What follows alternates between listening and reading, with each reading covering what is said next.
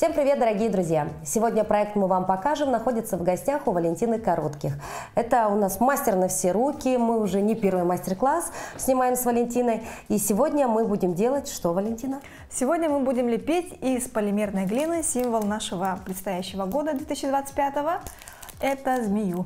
Змею. Ну, собственно говоря, вы знаете, вот как-то традиционно у нас уже принято, что символ года обязательно должен быть в доме, да?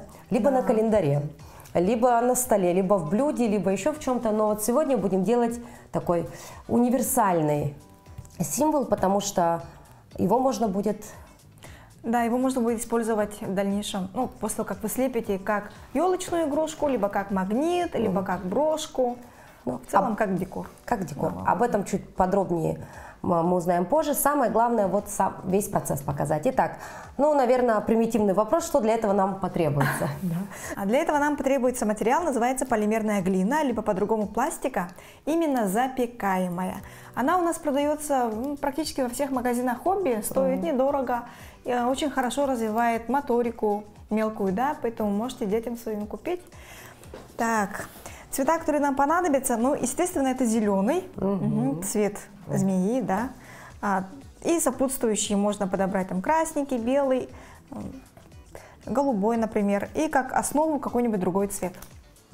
Основа, на которой мы будем лепить нашу змею. Ну, необходимо отметить, что полимерная глина, она вот такая тугая. Да, она это достаточно не твердая. Это не пластилин, да? Да. Что нам надо сделать? Ну, когда она свежая, она довольно-таки мягкая. Первое, что нам нужно будет сделать, это раскатать основу. Для этого нам потребуется вот такой инструмент раскатывающий. Вот попробуйте, да? Дарья, попробуйте. Желтый надо? Да, нужно будет нам сначала раскатать желтый. Ого! Да, так она твердая, как же ее раскатать-то? Ой, мамочки, ну-ка, вы попробуйте. Вам, наверное, будет проще это сделать. Нет, мне то же самое. Вот видите, легкими плавными движениями мы по чуть-чуть раскатываем до состояния лепешки. Также отмечу, что нам понадобятся такие инструменты, как кисточка, такая вот иголка и обязательно резак. Работать можем на специальной поверхности, либо же можете просто взять чистый лист А4. Вот в нашем случае это А4, да?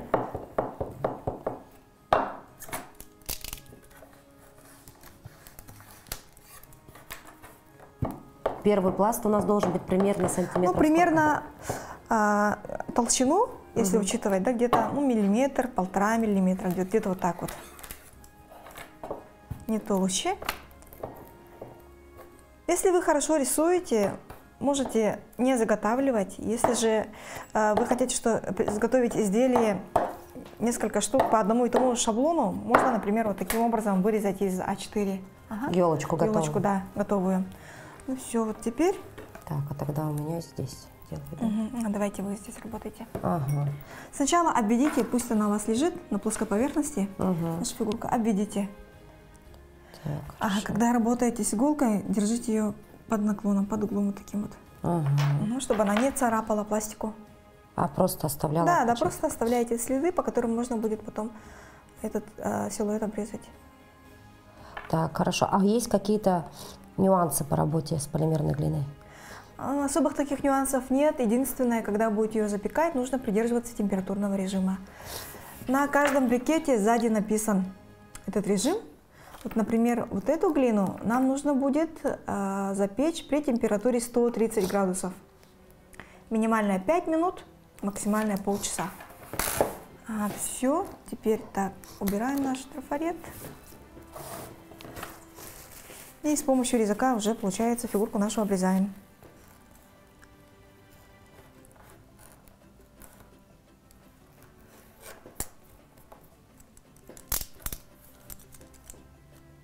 В это время, Дарья, вот это вот разомните, пожалуйста. Так, просто, да? Да, просто разомните, чтобы она стала более-менее мягкой, пластика. Есть ли какой-то минимальный предел для толщины подобных изделий, ну, чтобы оно потом не треснуло, либо не сломалось? Это уже зависит от марки пластики. Есть такие, из которых можно изготовить очень-очень тонкие изделия, буквально там лепестки цветков, например, да, и они не будут ломкими, сильно ломкими. Вот эта пластика, которые мы сейчас будем лепить, крафт клей, например, либо есть еще сонет, их, наверное, все-таки нужно чуть потолще делать, потому что при запекании, после запекания, если их уронить на твердую поверхность, то они могут поломаться. Размяли, да? Мягко стало. Теперь смотрите, вот такими движениями пальцев сначала лепите брусочек, потом этот брусочек нужно будет на листочке раскатать. Попробуйте раскатать. Сложно довольно, да? Тоже? Да, да, да. Кажется, что он такой воздушно-мягкий, на самом деле не все так просто. Еще от срока зависит, от вида пластики тоже, вот эта вот жесткость. Бывает иногда очень мягкие виды встречаются. Что-то мне подсказывает, что это будет наша змейка, да? Да, да, да. Это будет наша змейка. Так, еще?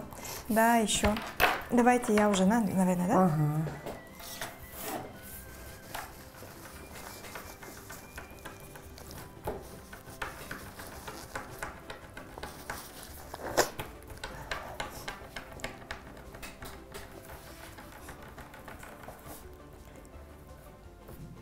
Так, ну еще чуть-чуть. Одна сторона у нас утолщенная останется, это будет верхняя часть тела. Ну, то есть достаточно длинная змейка получается? Да, достаточно длинная. Нам нужно будет обвести с помощью вот этой длинной трубочки нашу елочку.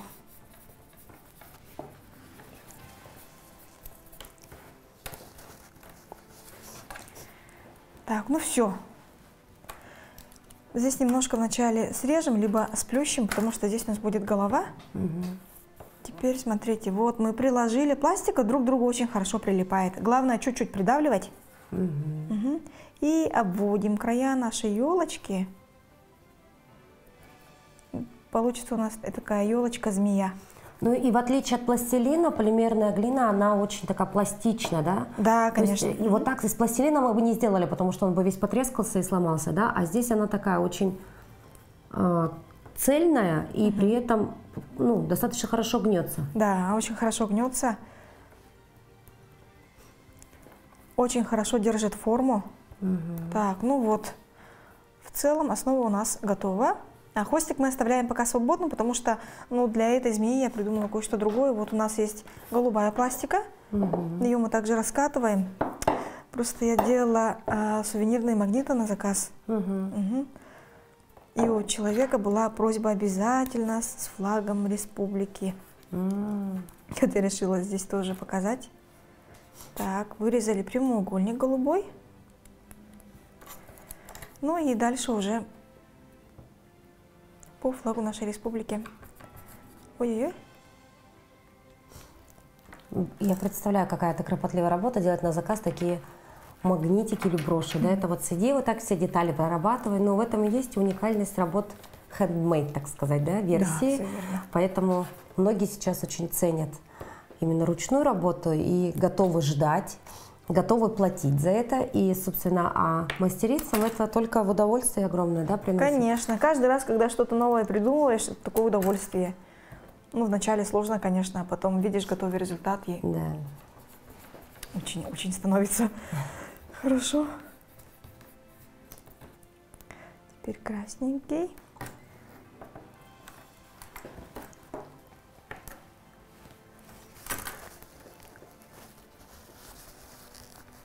Еще одна деталь. На пальцах мы же работаем пальцами, да? Между пор и так далее, вообще на подушечках пальцах остается цвет от пластики, от черной, от красной. Поэтому необходимо также всегда иметь под рукой влажные салфетки. Видите, да, тут следы остаются. Чуть-чуть это дело сплющили. Ну все, вот у нас получился флаг. Мы его расположим здесь в хвостовой части. Тоже взяли, чуть-чуть прижали. И как-нибудь дорасположили хвост змеи. Вот она держит. Все, теперь мордочку. В принципе, все так очень понятно и просто. Да. Просто мелкие детали важны. Вот смотрите. Флаг сделан. Хвостиком закрепили. Так. Теперь будем делать мордочку змеи. Ну, она объемная. Мы ее слепим как... Ну, сформируем такой маленький треугольничек, скажем. Вот у нас треугольничек слепился. Угу. Теперь будем делать для нее колпачок новогодний. То есть, смотрите, по сути, этот мастер-класс еще очень такой бюджетный вариант для совместного времяпрепровождения со своими близкими. Купите вот буквально вот такой один кубик одной полимерной глины, одного цвета, второго, третьего. Вам нужны будет только иголочка, зубочистка, резак. И, пожалуйста, и вот представляете, сколько можно сделать из такого квадратика, вот, допустим, подобных брошек, будь то магнитов и так далее. Да? Ну, целую кучу. Кучу. То есть примерно можно сесть мама, папа, брат, сват, и все сделают по одному своему новогоднему такому декору, а дальше уже придумайте, куда его разместить. Самое главное, на это уйдет минимум времени, минимум затрат, но удовольствие получит вся семья, от мала до велика, потому что подобный мастер-класс подойдет как для взрослых, вот мы сейчас так увлеченно сидим, занимаемся, а для детей так это будет вообще сплошное удовольствие. Ой, детям это очень нравится, да. И теперь, вот смотрите, у нас колпак тоже на голову как бы прилеплен, змеи, да? Теперь нужно будет имитацию меховой опушки там сделать. Даже так, то есть мелочи, все в деталях. Да, дьявол здесь в деталях. Теперь нам нужно будет раскатать до состояния ниточки вот эти вот белые комочки наши. То есть мы еще бомбон будем делать, балабон или как это правильно-то? Помпончики? Помпончик, ну, помпончик у нас будет обычный. А-а. Опушку сделаем. Нам нужно будет 4 штучки. Ой, я тоненькую сделала, по-моему, ничего? Или надо такими же? Ну, в принципе, сойдет. Так, вот у нас получилось 4 ниточки. Теперь, смотрите, берем 2, крутим это в одну сторону, скручиваем. Ну, допустим, сначала от себя, потом 2 беру и на себя. Потом я их соединяю. Получается такой вязаный узор. Косичка. Да, как косичка. Берем и прикладываем на шапку, на основание нашей шапки. То есть 2 таких полосочки сначала от себя, да, как потом канатик закручиваем, потом на себя, а когда соединяем, получается косичка. Все, прикрепили помпончик на шапку.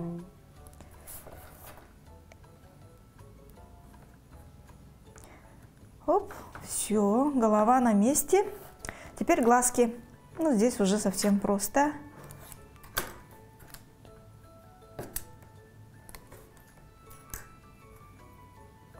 Скручиваем между пальцами 2 маленьких шарика.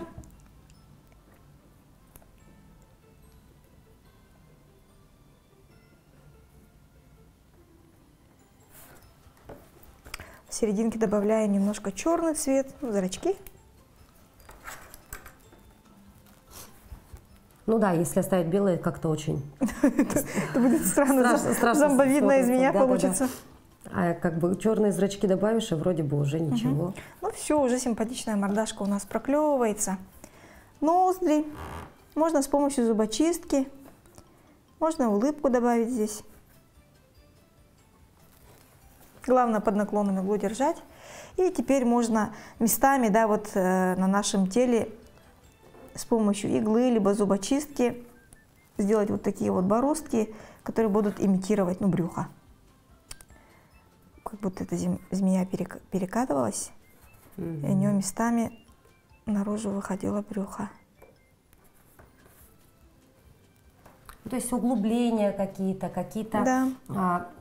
пятнышки, это все очень приветствуется на полимерной глине, потому что тем самым вот этот вот пластик, это глина, это что-то твердое, оно приобретает такие живые моменты и получается очень натурально выглядит, эффектно.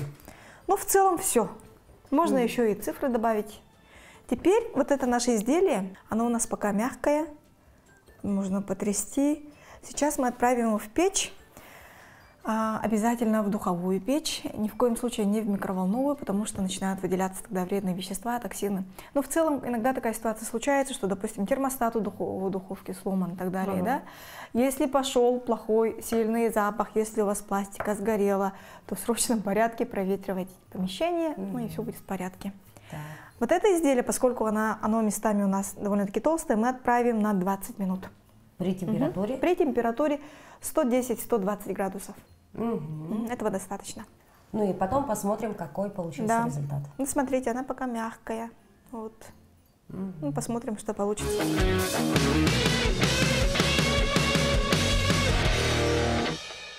Прошло 20 минут, и мы достали наш символ 2025 года из духового шкафчика. Обратите внимание, что изделие полностью затвердело. Да. Так, это проводим тест, так сказать, да? Итак, готово. Да, это у нас застыли пластификаторы, которые в пластике заложены.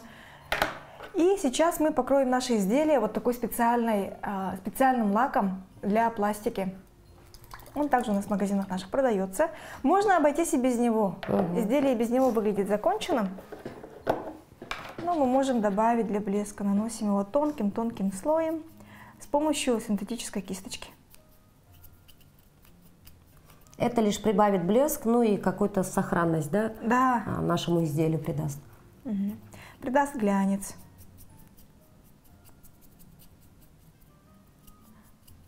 А вообще нужно что... прям очень хорошо растушевывать.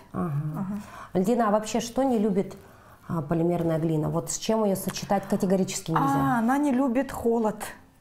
То есть? То есть, например, если вы купили в магазине пластику зимой, да, и пошли потом, положили ее в сумку, в рюкзачок, и добирались до дома, там, я не знаю, минут 20, то это, наверное, приговор. Да? Да, конечно, потому что она будет уже, ну, осыпаться в руках, крошиться сильно.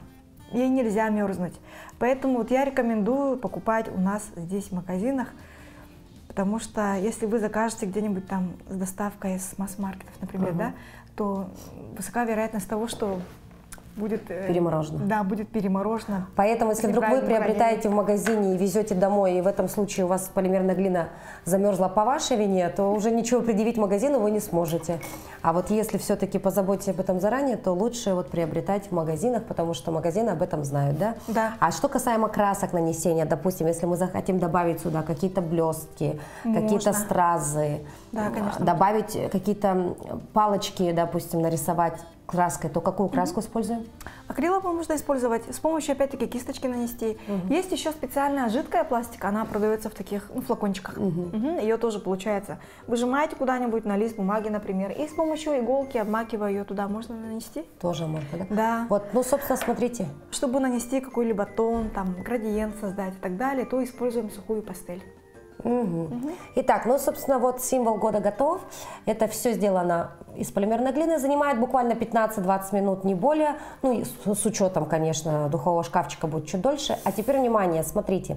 Если мы сделаем здесь дырочку, то мы можем повесить это изделие как новогоднюю игрушечку, либо как кулон носить, допустим. Если мы сюда сделаем булавочку, это у нас уже будет брошь, прикрепим, да. А если мы сюда приклеим магнит, то это у нас будет, соответственно, сувенирный магнит. Сувенирный магнит где-нибудь на холодильнике будет радовать глаз в течение всего года. А самое главное, как говорит поверье, если символ года в доме, значит, он будет приносить удачу, оберегать дом. И, значит, все будет замечательно в 2025 году. Валентина, спасибо большое за прекрасный мастер-класс. Все очень коротко, понятно, ясно. Самое главное – творите, приобретайте полимерную глину, простую глину, пластилин. Но, собственно, сегодня мир богат, да, для творчества. Конечно. Поэтому делайте, созидайте, смотрите наши мастер-классы, пересматривайте их в социальной сети. И, конечно же, вот благодарим таких мастериц, как Валентина, за прекрасные идеи. Ну а все гениальное действительно просто. Увидимся, до новых встреч, всего доброго.